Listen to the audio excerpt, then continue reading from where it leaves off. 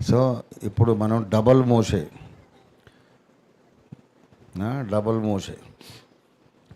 మన రక్షణ ద్వారా మనము ఒక మోషే అయినాము. దేవుని శిక్షల ద్వారా రెండోసారి మోషే అయినాము. మోషే జీవిత పాఠాలు. ఇంతటితో ఈ ప్రసంగాన్ని ముగించి మీకు వదిలేస్తాను. ప్రసంగం చేయను, వరుసగా పాయింట్ బై పాయింట్ కరువు పెడతాను. దేవుని ద్వారా జలములలో నుండి పైకి తీయబడినటువంటి మోషే జీవితంలో మొట్టమొదటి పాఠం ఏమిటంటే, దేవుని చిత్తము నీ శక్తితో నీ జ్ఞానముతో నీవు జరిగించలేవు. This is the first lesson of Moses life. దేవుని చిత్తాన్ని నీ జ్ఞానంతో నువ్వు చేయలేవు, నీ బలంతో నీవు చేయలేవు. దేవుని చిత్తము దేవుని సమయములో దేవుని పద్ధతిలో జరుగుతుంది. కానీ నువ్వు దేవుని కంటే ముందు పరిగెత్తి ఇలా చేయాలి అలా చేయాలని నువ్వు స్టీరింగ్ ఎప్పుడు నీ చేతుల్లోకి తీసుకోవద్దు. Let God be the driver, let him drive your vehicle. Steering నువ్వు తీసుకోవద్దు. యోనా చేసినటువంటి మొట్టమొదటి పొరపాటు, దేవుడు నన్ను వాడుకుంటాడు, ఇశ్రాయేలు విమోచన కొరకు వాడుకుంటాడని తెలుసుకున్నాడు. కానీ ఆ విమోచన ఎలా తీసుకురావాలో ఆయన ఏమనుకున్నాడంటే, ఒక సైనికపరమైన తిరుగుబాటు ద్వారా చాలామంది తిరుగుబాటుదారులను ఏర్పాటు చేసుకొని ఫరో మీద తిరుగుబాటు చేసి దేశంలో అంతర్యుద్ధాన్ని తీసుకొచ్చి ఇశ్రాయేలును బయటకు తీసుకుపోవాలి అని మోషే కలలు కన్నాడు. అపోస్తలుల కార్యాలు 7వ అధ్యాయము దయచేసి 23. అతనికి 40 ఏండ్లు నిండవచ్చినప్పుడు ఇశ్రాయేలీయులైన తన సహోదరులను చూడడానికి ఆయనకు బుద్ధి పుట్టాను. అంటే దానికి అర్థం ఏంటి? తాను ఎవరో ఏ జాతి వాడో మోషేకు బాగా తెలుసు. తాను ఇశ్రాయేలీయుడు, అబ్రహాము సంతానం అని మోషేకి ఎలా తెలుసు?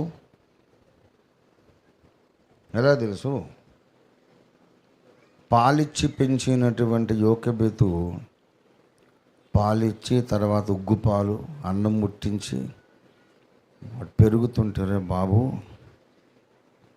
పేరుకు మాత్రము నీవు ఫరో రాజకుమార్తె యొక్క కుమారుడు, పేరుకు నేను నీ దాదిని, కానీ నిజానికి నువ్వు నా సొంత కొడుకురా. మనం ఇక్కడ ఈ జనాంగాలతో మనకు సంబంధం లేదు, మనము వేరే జనాంగం, అబ్రహాము సంతానం, ప్రపంచాన్ని ఆశీర్వదించడానికి దేవుడు పుట్టించిన అద్భుత జనాంగం. మనం గుర్తుపెట్టుకో, ఐగుప్తులో ఉన్నాం కానీ ఐగుప్తుకు చెందిన వాళ్ళం కాదు, మనం వేరు.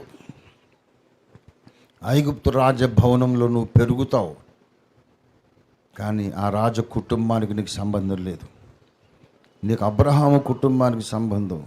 మనం వేరు, మనం ప్రత్యేకమైన జనాంగం. We are special people, chosen people. వాడికి ఉగ్గుపాలతో నూరిపోసి అరే ఆయనకు అర్థమైపోయింది, నరాన జీర్ణించుకుపోయింది. మేము ప్రత్యేకమైన జనాంగం, అందులో నేను మరీ ప్రత్యేకమైన వాడిని. దేవుడు అద్భుతంగా నన్ను తెచ్చి ఫరో ఇంట్లో పెంచాడు. ఎందుకంటే ఈ జాతి ఇశ్రాయేలు జనాంగమును దేవుడు నా ద్వారా రక్షిస్తాడు అని ఆయనకు అర్థమైపోయింది. 25వ వచనం చూడండి. తన ద్వారా తన సహోదరులకు దేవుడు రక్షణ దయచేయుచున్న సంగతిని వారు గ్రహింతురని, తన ద్వారా దేవుడు రక్షణ దయచేస్తాడేమోనని మోషే అనుకోనేను కాదు, తన ద్వారా రక్షణ ఇస్తాడని మోషే అనుకున్నాడు కాదు. ఇది ఫ్యాక్ట్, ఇది నా ద్వారానే వీళ్ళకి విమోచన వస్తుంది, ఇది వాళ్ళు అర్థం చేసుకుంటారని ఆశపడ్డాడు. అంతే, వాళ్ళు అర్థం చేసుకోవడమే ప్రాబ్లం.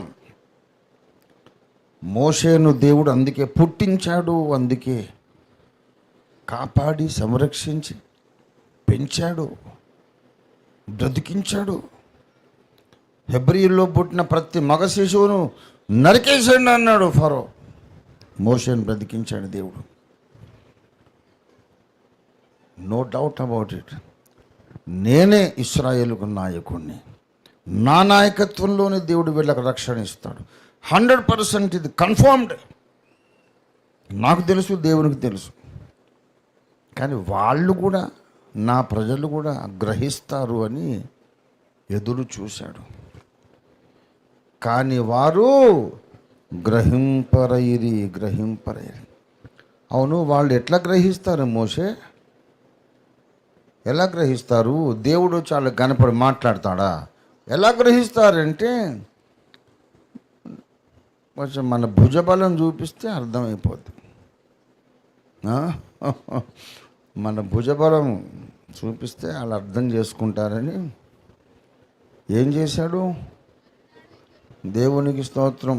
24 అప్పుడు వారిలో ఒకడు అన్యాయమును అనుభవించుట చూచి వాడిని రక్షించి బాధపడిన వాని పక్షమున ఐగుప్తియుణ్ణి చంపి ప్రతీకారము చేశాను.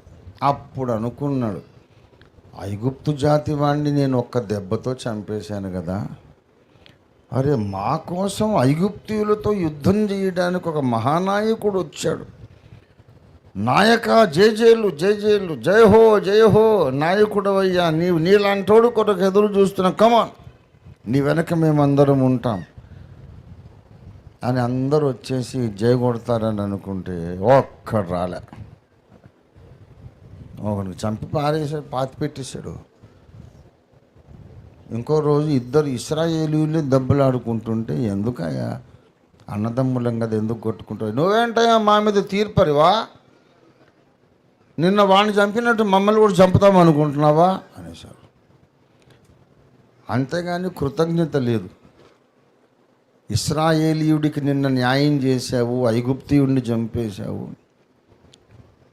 అని దానికి అప్రిషియేషనే లేదు, అభినందనే లేదు. మీరిద్దరు ఇశ్రాయేలీలే కదా, ఎందుకు కొట్టుకుంటారని చెప్తే, చాలానే పెత్తనాలు చేయడానికి వచ్చావు, మమ్మల్ని కూడా చంపుతావా ఏంటి అన్నాడు. ప్రియులారా, అరే ఇది రాంగ్ టైమింగ్ అని అర్థమైపోయింది. మర్డర్ అయితే చేశాను, కానీ నా పనితనం వీళ్ళకి అర్థం కావట్లేదు. ఇశ్రాయేలు జనాంగం మీద అభిమానంతో చేశానని అర్థం చేసుకోవట్లేదు. మా కొరకు తెగించాడు. రాజాగ్రహం వస్తే ఏమైపోతాడు, నరికేస్తాడు కదా రాజు, నా జాతుడు చంపుతావా నువ్వని. అంత తెగించినా సరే వీళ్ళు గ్రహించటం లేదు. అప్పుడు అర్థమైంది, నరుని కోపము దేవుని నీతిని నెరవేర్చదు. అప్పుడు అర్థమైంది ఆయనకు, అరే నా టైమింగ్ వేరు, నా పద్ధతులు వేరు, నా మార్గాలు వేరు, దేవుని మార్గాలు నా మార్గాల కంటే ఆకాశమంత ఉన్నతంగా ఉన్నవి. ఎప్పటికైనా నేనే వీళ్లకు రక్షకుణ్ణి విమోచకుని, ఈ 2 మాటలు ఉన్నాయి బైబిల్లో. నేను వాడితే తప్పు అనుకుంటారేమో. రక్షకుడు విమోచకుడు అని మోషేను గురించి బైబిల్లో ఉంది. ఎప్పటికైనా నేనే ఆ పొజిషన్లో ఉంటాను. 7:35 చూడండి.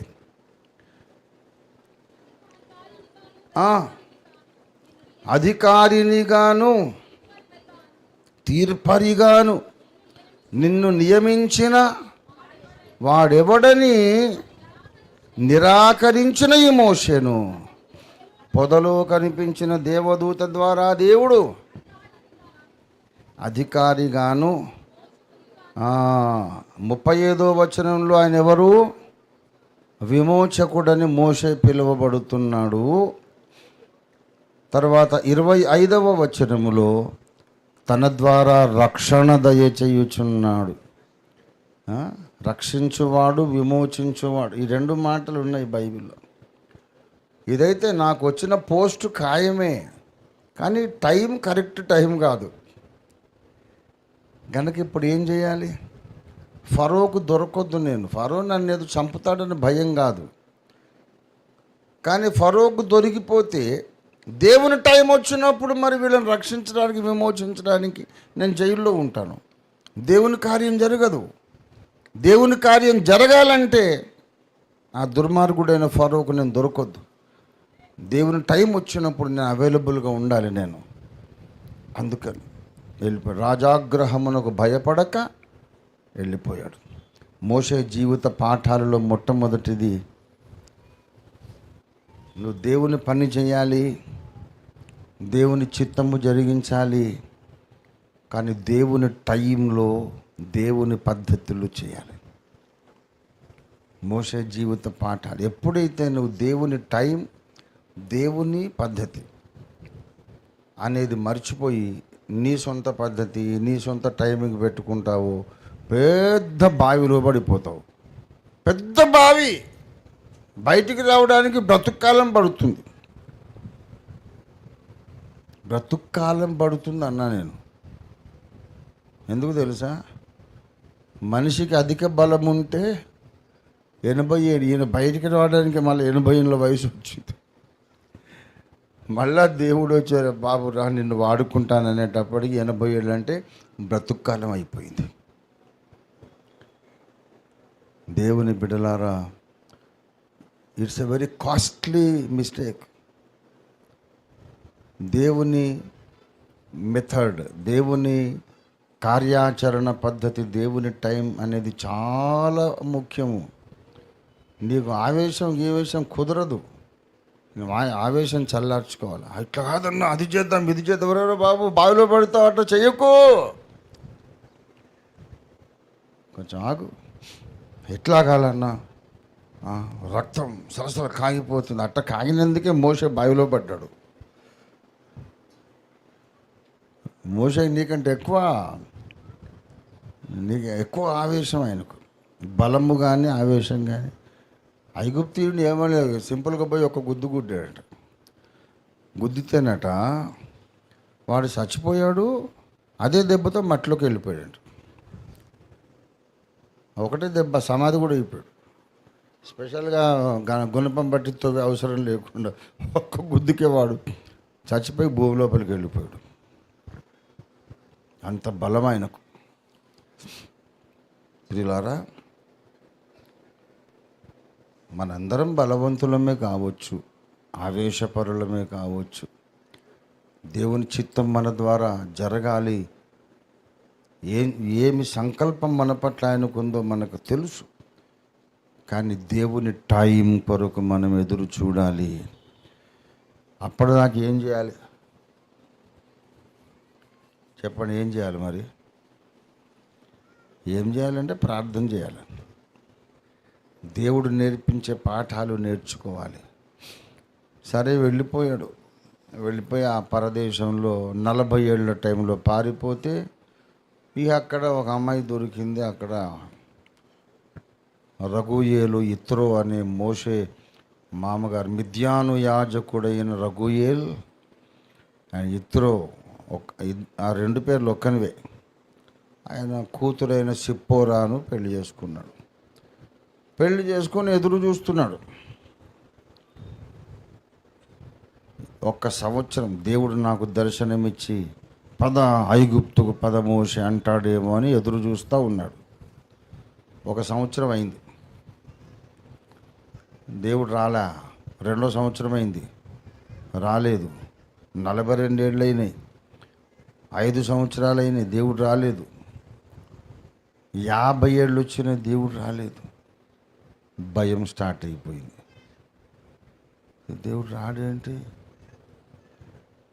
గుండె గడగడలాడుతుంది. నా దర్శనం పోయిందా? అభిషేకం పోయిందా? ఇంకా దేవుడు వాడుకోడా? నేను పనికిరానా? అలా జరగదు. ఇంకా టైం ఉంది, 50 ఏళ్ళే కదా. అనుకుంటున్నాడు. ఇంకో 10 ఏళ్ళు 60 ఏళ్ళు అయింది, ఇంకో 10 ఏళ్ళు 70 ఏళ్ళు అయింది. నరుని ఆయువు, మా ఆయుష్కాలము 70 సంవత్సరములను అగును. 70 ఏళ్ళు అయింది. ఇంకా ఆల్మోస్ట్ కన్ఫర్మ్ అయిపోయాడు. లైఫ్ టైమే అయిపోయింది. ఇంకెప్పుడు వాడుకుంటాడు దేవుడు? 75 ఏళ్ళు అయిపోయింది. దేవుడు నన్ను వదిలేశాడు, దేవునికి నేను పనికి రాను, నా ఆయుష్కాలమే అయిపోయింది, ఇట్లాగే చచ్చిపోతాను. కొండంత ఆశ పెట్టుకొని పెరిగా నేను. అమ్మ పాలిచ్చి పెంచినప్పుడు, గోరుముద్దలు పెట్టినప్పుడు చెప్పింది, కొడుకా నీ జీవితాశయం ఇది నీ జీవితంలో దేవుని ఉద్దేశం. అవే కలలు గంటూ అవే ఆశలతో పెరిగాను. ఇప్పుడు 79 ఏళ్ళు వచ్చింది. అధిక బలం ఉంటే 80 ఏళ్ళు. దేవుడు రాలే. ఆ వేదనకు, ఆ బాధకు మీకు తెలుసా, మోషే నర్వస్ బ్రేక్ డౌన్ అయింది. నరాల బలహీనత వచ్చింది ఆయనకు. బలహీనత వచ్చి మాట తడబడుతుంది. నీ పేరేంటంటే అని అంటున్నాడు ఆయన. ఏమైంది? నిన్న మొన్న బాగానే ఉన్నావు కదా, మాట రావట్లేదు. ఒకప్పుడు నత్తివాడు కాదు, పుట్టుకతో నత్తివాడు కాదు. అపొస్తలుల కార్యాలు 7వ అధ్యాయము 22వ వచనం. మోషే ఐగుప్తీయుల సకల విద్యలలో అభ్యసించి మాటల యందును కార్యముల యందు ప్రవీణుడై ఉండెను. నత్తోడిని పట్టుకొని ఎవరైనా మాటల యందు ప్రవీణుడు అంటారా? బాల్యములో, యవనారంభంలో, ఈవెన్ 40 ఏళ్ల వయసులో ఐగుప్తీయుల్ని చంపినప్పుడు కూడా నత్తోడు కాదు 40 ఏళ్ళప్పుడేమో మాటల యందు ప్రవీణుడు, చక్కని వాగ్దాటి వాడు. మరి 80 ఏళ్ళు వచ్చేటప్పటికి నేను మాట మాంజము గలవాడిని ఎందుకన్నాడు? ఇంతకాలము లేట్ అయింది కదా. ఆ మనోవేదనకు కృంగిపోయి డిప్రెషన్ వచ్చేసి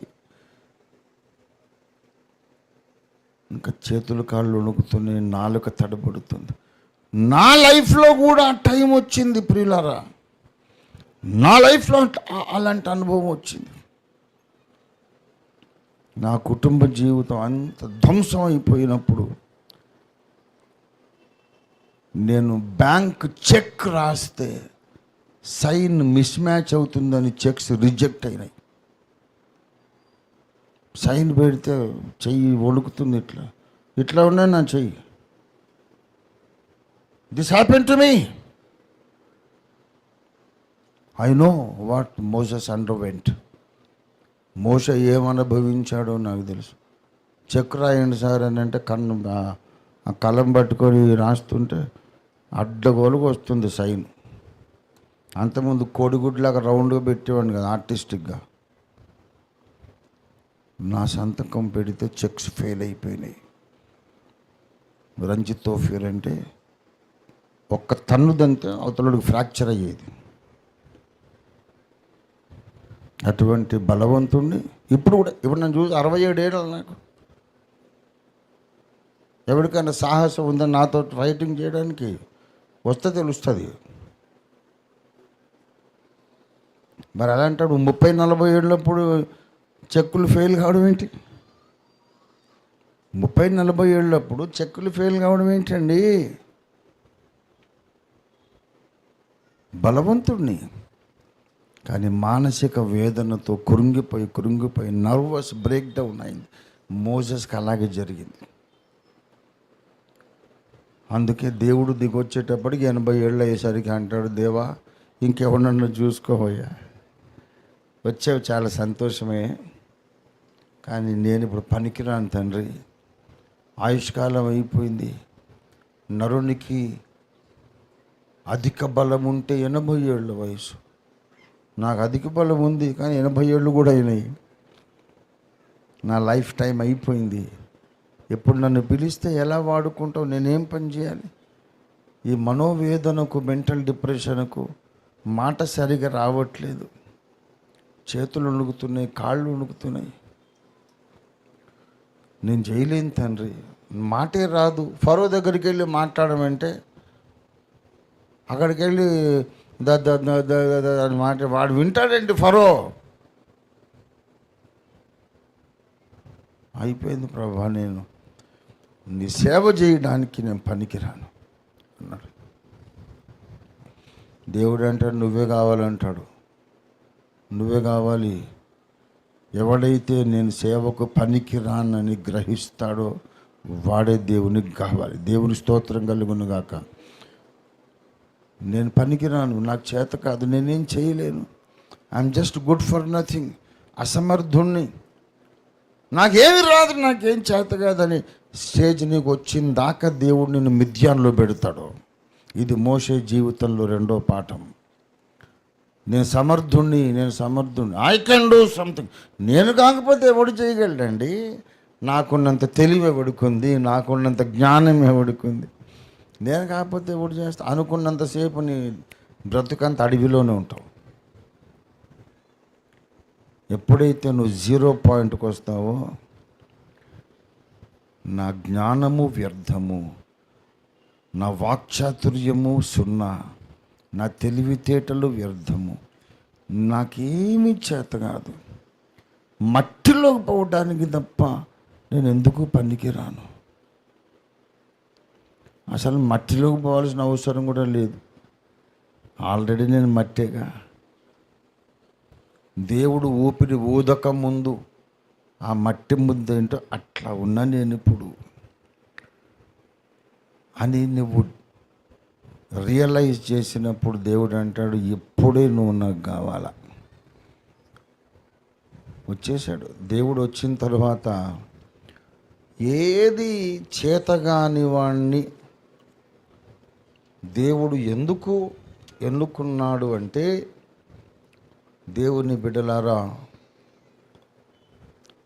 దేవుని కార్యాలు మోసే బలంతో జరగకూడదు, దైవ బలముతో జరగాలి. దేవునికి స్తోత్రం కలుగును గాక.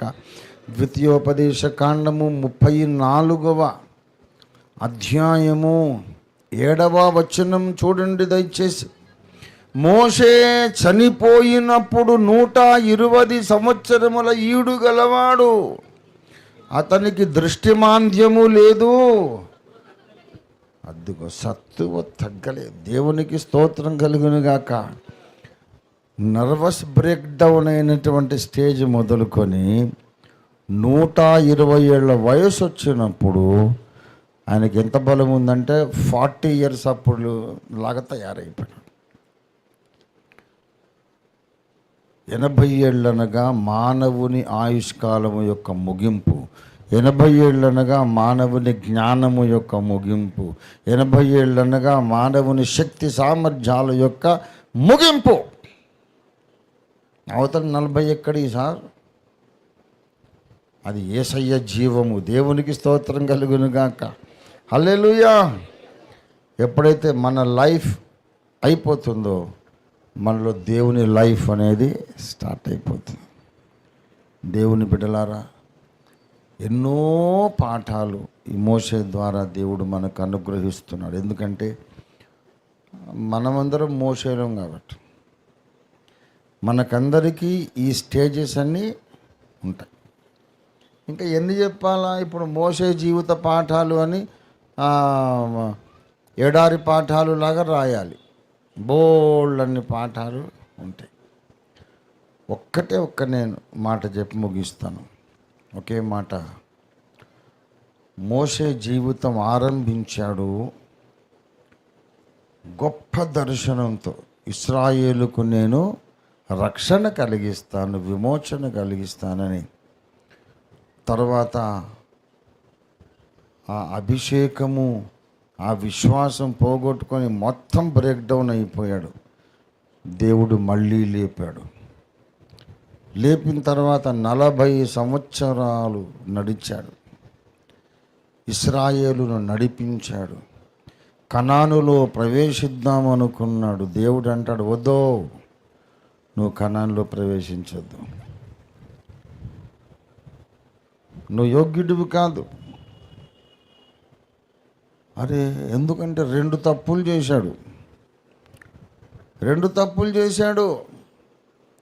మోషే, నీవు కనాను భూమిలో ప్రవేశించకూడదు. మీరు నా పరిశుద్ధతను సన్మానించలేదు. సంఖ్యాకాండం 20వ అధ్యాయము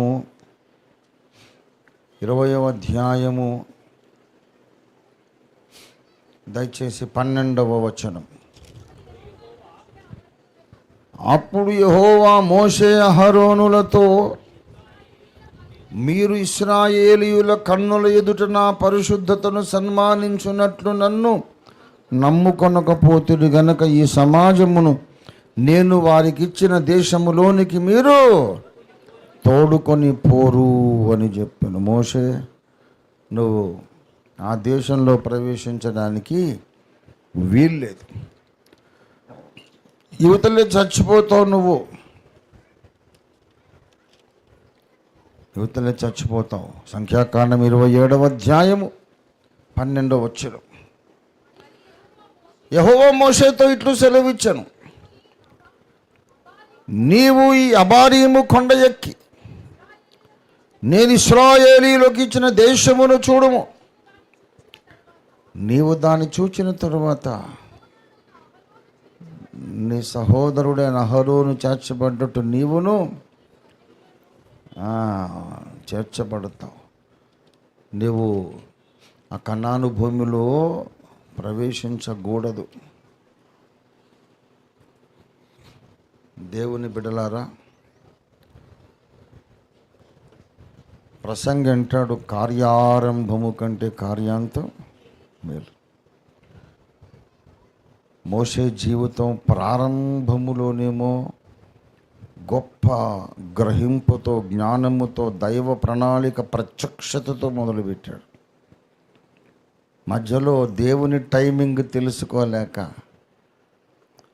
బావిలో పడ్డాడు, మిద్యాను దేశంలో పడ్డాడు, మళ్ళీ బయటకు వచ్చాడు. వచ్చిన తరువాత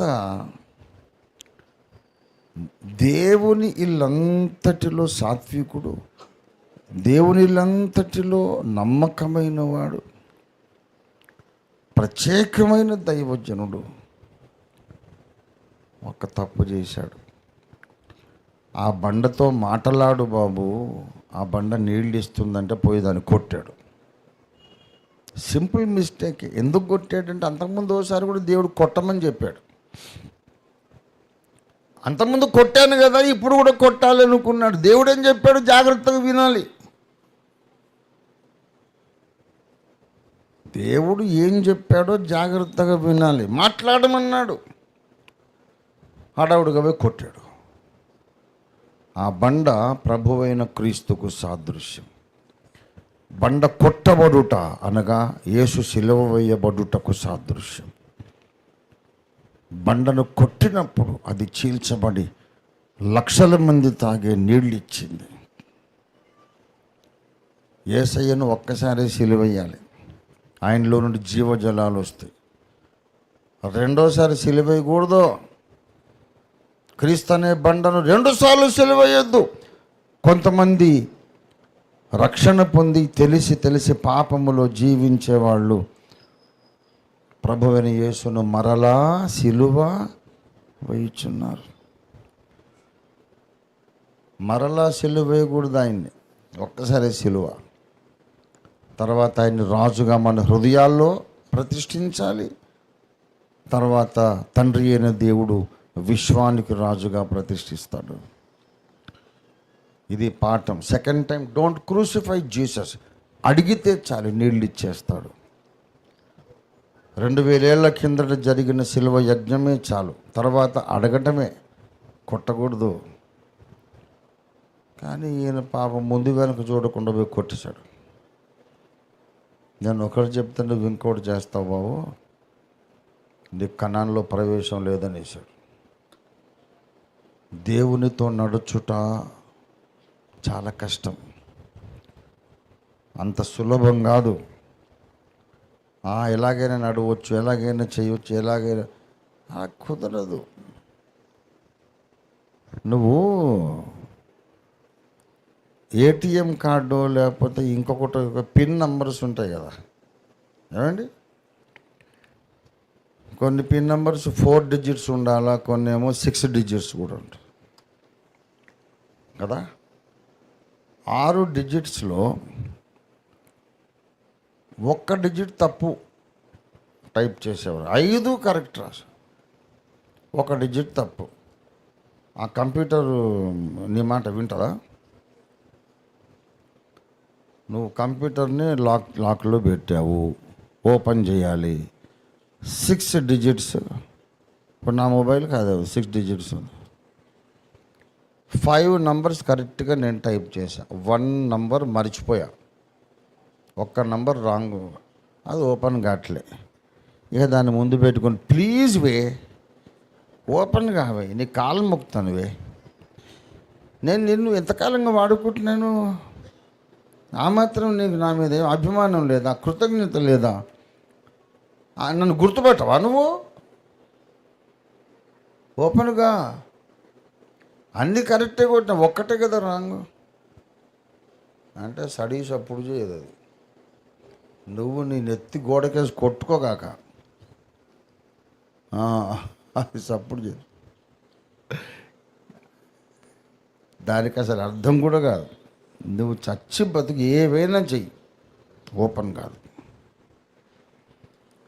అలాగే దేవుని దగ్గర నువ్వు చాలా జాగ్రత్తగా ఉండాలి. దేవుడు ఏం చెప్తే చేయాలంతే. ప్రతి విషయములో, సిద్ధాంత విషయాలలో, ప్రవర్తన నియమావళి విషయాలలో, నీ మనోభావాల విషయంలో, నీ నోటి మాట, నీ హృదయ ధ్యానము దేవునికి అంగీకారంగా ఉండాలి. లేకపోతే ఆ కనాను భూమి నీకు రాదంటాడు.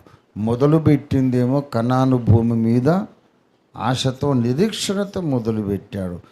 చివరికి వచ్చేసాడు, ఇంత దూరం కనబడుతుంది, అది చూడంతే, అడుగు పెట్టొద్దు అనేసాడు. మోషే ఏమని ఆర్గ్యూ చేయలే. అదేంటి ప్రభువా, ఇంత త్యాగం చేశాను, నా జీవితమే ధారపోసాను, ఆ చిన్న తప్పు కొరకు ఇంత పెద్ద శిక్ష నా తండ్రి, దయచేసి నువ్వు ఒకసారి ఆలోచించుకో, దిస్ ఇస్ నాట్ రైట్ అని ఏం వాదించలే. ఇశ్రాయేలుని శిక్షిస్తానన్నప్పుడు వాదించాడు, కానీ మోషేనే శిక్షిస్తానన్నప్పుడు చిత్తం తండ్రి అన్నాడు. ఎందుకు తెలుసా? మోషేకు దేవుని హృదయ స్పందన తెలుసు. దేవుడు శిక్షించినా అది నాకు మేలు కొరకే అని తెలుసు. శిక్షలో కూడా న్యాయం చేస్తాడు, శిక్షలో కూడా ఆయన నా గాయాన్ని మాన్పుతాడు, నాకు తెలుసు. చిత్తం తండ్రి, నువ్వు న్యాయవంతునివి, నీ శిక్షను నేను శిరస వహిస్తాను. అలాగే తండ్రి, ఒక్క మాట ఎదురాడకుండా యెహోషువ మీద హస్త నిక్షేపణ చేశాడు, నెబో కొండ మీదకి ఎక్కాడు, చచ్చిపోయాడు, అయిపోయింది. దేవదూతలు వచ్చి సమాధి చేశారు మోయాబు దేశంలో మోషేను. కానీ మోషేను దేవుడు వాగ్దాన దేశంలోకి అడుగు పెట్టించాడు. రూపాంతర కొండ మీదకి వచ్చాడు. ఆయన మట్టి దేహంతో కాదు, మహిమ దేహంతో వచ్చాడు, పునరుద్ధాన శరీరంతో వచ్చాడు. ఇంతకు దేవుడు మోషేను శిక్షించినట్ట, ఆశీర్వదించినట్ట? చెప్పండి, శిక్షించాడా, ఆశీర్వదించాడా? దేవుని శిక్షకు నీవు విధేయుడవైతే ఆ శిక్షలోనే దేవుడు అంతులేని ఆశీర్వాదాన్ని నీకు ఇస్తాడు. దేవునికి స్తోత్రం కలుగును గాక. నీ అంచనాలకు మించిన ఆశీర్వాదం. దేవుని బిడ్డలారా, మోషే జీవిత పాఠాలలో ఇంకొకటి ఏంటంటే, రిసీవ్ గాడ్స్ పనిష్మెంట్ గ్రేస్ఫుల్లీ. చాలా సంతోషంగా, చిత్తం తండ్రి, నువ్వు నన్ను కొడితే నాకు సంతోషమే, నువ్వు నన్ను కొట్టినా నాకు ఆశీర్వాదమే.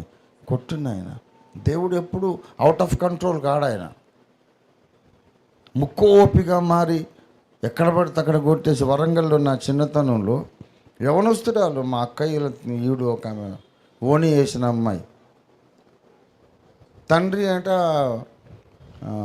కాలేజీలో అమ్మాయిని చూడడానికి పోతే ఆమె లేదు, స్నేహితురాళ్ళతో సినిమాకి వెళ్ళింది. ఇంటికి వచ్చాడు గమ్ముగా.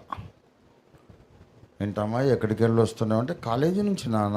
ఆడపిల్లలు యవనస్తురాళ్ళు సహజమే కదా, బాయ్స్తో ఏం పోలే. అప్పుడు ఆ రోజుల్లో అంత డెవలప్ కూడా కాలేదు ఇంకా దేశం. గర్ల్స్తోనే పోయేవాళ్ళు, బాయ్స్తోనే పోయేవాళ్ళు. సినిమా చూసి వచ్చింది. నాన్నగారు అడిగితే, కాలేజ్ నుంచి ఇంత లేట్ అయింది ఏంటంటే, స్పెషల్ క్లాస్ నాన్న. ఆడికి చిరెత్తిపోయింది. ఇంకా ఆడపిల్లను చూడలేదు, కూతురని చూడలేదు, కొట్టడం మొదలు పెడితే ఎడాపెడా కొట్టి ఎక్కడో ఆయువు పట్టు మీద తగిలింది అమ్మాయి. అలా వాలిపోయి పడిపోయింది. వాళ్ళ అమ్మ వచ్చి, అమ్మ లే అని లేపితే లేదు, ప్రాణం వెళ్ళిపోయింది. తండ్రి కొట్టినప్పుడు ఎక్కడో ఆయువు పట్టు మీద, కడత మీద ఎక్కడో తగిలింది, అమ్మాయి చచ్చిపోయింది. వరంగల్ అంతా చెప్పుకున్నారు ఈ మాట. ఎంత దారుణం, అంత కోపమా? వాళ్ళ ఇంటికి అందరూ వెళితే ఆ శవం దగ్గర కూర్చొని తండ్రి కూడా వెక్కి ఏడుస్తున్నాడు. అయ్యో నా బిడ్డని నేనే చంపుకున్నాను. అదేం కోపం అండి, పిచ్చి కోపం. కంట్రోల్ ఉండాలి. పెళ్ళికి ఎదిగిన పిల్లని అలా కొడతారా? చెంప మీద ఒకటి ఇచ్చు, అది వేరే సంగతి. చచ్చిన దాకా కొడతారా ఏంటి?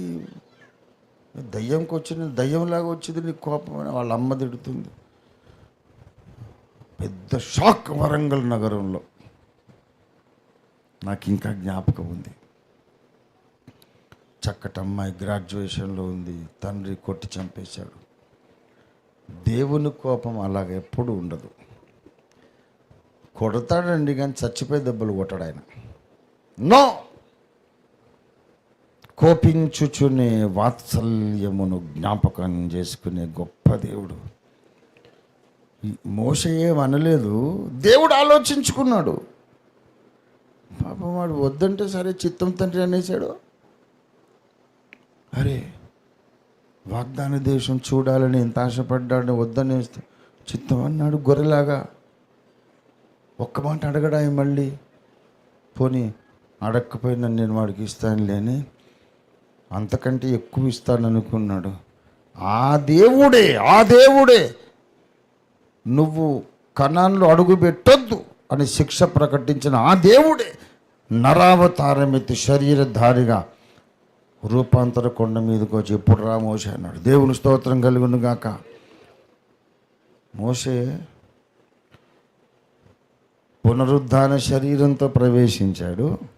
అంతేకాదు, నువ్వు ప్రవేశించొద్దు అని చెప్పిన దేవునితో ప్రవేశించాడు. దేవునికి స్తోత్రం కలుగును గాక. ఎంత అద్భుతకరుడండి దేవుడు. Trust God all the time and trust him even when he punishes you. Trust God's love even when he is punishing you.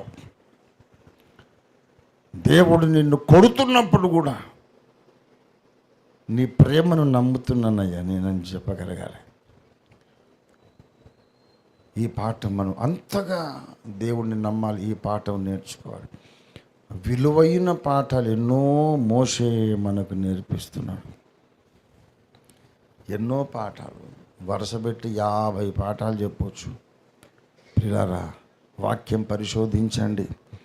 Moshe life పరిశోధించండి. మోషే జీవితాన్ని పరిశోధించండి. ఎందుకంటే మోషే సంగతి మాకెందుకు సార్ అంటే, మనం కూడా మోషేలం కాబట్టి ఈ దశలన్నీ మనలో సంభవిస్తాయి.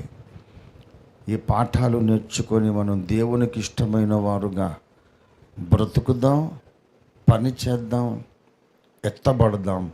దేవుడు మనకు సహాయం చేయనుగాక. రండి ప్రార్థన చేసుకుందాం.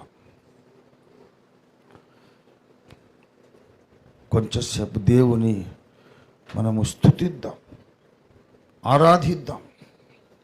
దేవా నీకు స్తోత్రము, స్తోత్రము, స్తోత్రం. ఓ